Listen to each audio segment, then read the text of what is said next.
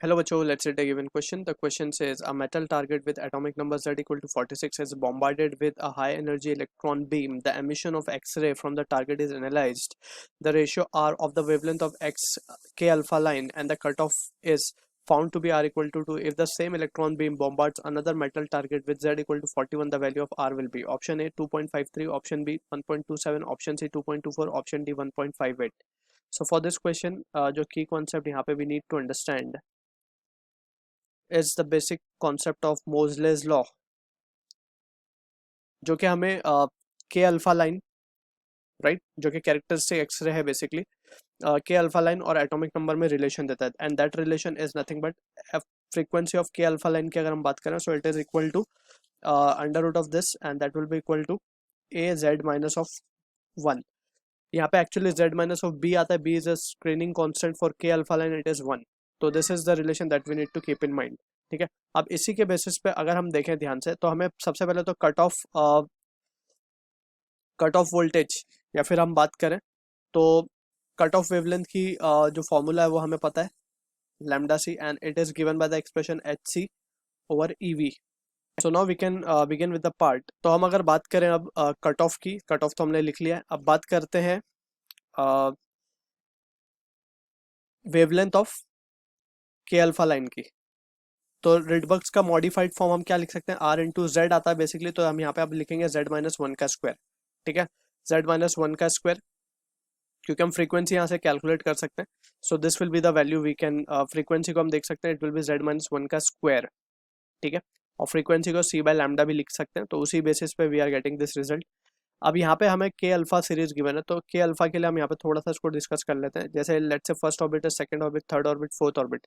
तो जब भी ट्रांजिशन होता है, कैरेक्टरिस्टिक एक्सरे में हमने पढ़ा है, जब भी ट्रांजिशन होता है फर्स्ट ऑर्बिट पे, तो हमें के अल्फा, के बीटा, के गामा सीरीज मिलती है. ठीक है, तो अब के अल्फा की बात हो रही है, यानी कि transition should be from 2 to 1. तो 2 to 1 का मतलब है 1/1 - 1 का स्क्वायर यानी 4. सो ये रिजल्ट आएगा. अब Z for the first case it is 46, तो ये 45 का स्क्वायर यानी कि ये हो जाएगा 3r इंटू 45 का स्क्वायर डिवाइडेड बाय 4. सो ये वैल्यू आएगी. तो ये तो हो गया फर्स्ट पार्ट के लिए, जब z था हमारा, व्हेन z इज 46. तो पहले इसी को सॉल्व कर लेते हैं पूरा. अब यहाँ पे हमें रेशियो गिवन है वेवलेंथ ऑफ के अल्फा, यानी कि दिस अपॉन कट ऑफ. तो इसकी अगर हम बात करेंगे, वी कैन राइट, ये वैल्यू को हम लिख सकते हैं 3r इंटू 45 का square divided by 4 into this value will be equal to E V upon H C, और ये हमें 2 गिवन है, राइट. सो यहाँ पे हम देख सकते हैं कि ओके, यहाँ पे ये रेसिप्रोकल हो जाएगा बेसिकली, तो ये 4 ऊपर चला जाएगा, 3r 45 का स्क्वायर इस तरीके से आ जाएगा, and this will be the case, right. ये वैल्यू है. अब बात करते हैं व्हेन z इक्वल टू 41. तो z जब 41 हो जाएगा तो क्या लिख सकते हैं हम इसको, व्हेन z इज 41, तो सेम रिजल्ट. अब हम इसको यहाँ पे बोल देंगे लैम्डा के अल्फा डैश बोल देते हैं, इसको डायरेक्टली हम लिख रहे हैं, तो it will be just 4/3r into 40 का स्क्वायर हो जाएगा basically, right. So this will be the value that we need to keep in mind. ठीक है, और सॉरी 40 का स्क्वायर नीचे चला जाएगा. ठीक है ना, रेसिप्रोकेट किया हमने इसको. अब फर्दर जब हम इसको सॉल्व करेंगे तो ये आ जाएगा लैम्डा के अल्फा डैश का square dash upon lambda C, and that is nothing but R, और यही आर हमें फाइंड करना है.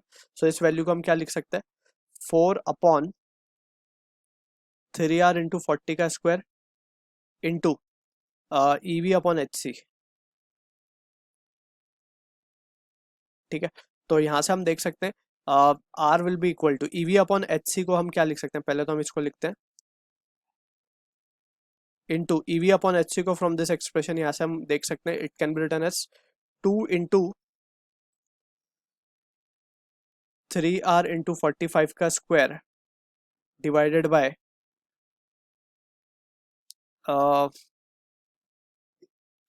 4. ठीक है, तो यहाँ से ये कैंसिल कैंसिल, ये कैंसिल, ये कैंसिल, 2 नहीं कैंसिल होगा, 3r कैंसिल हो जाएगा. तो फाइनली जो रिजल्ट हम देख सकते हैं, इट विल बी 2 इंटू 45 का स्क्वायर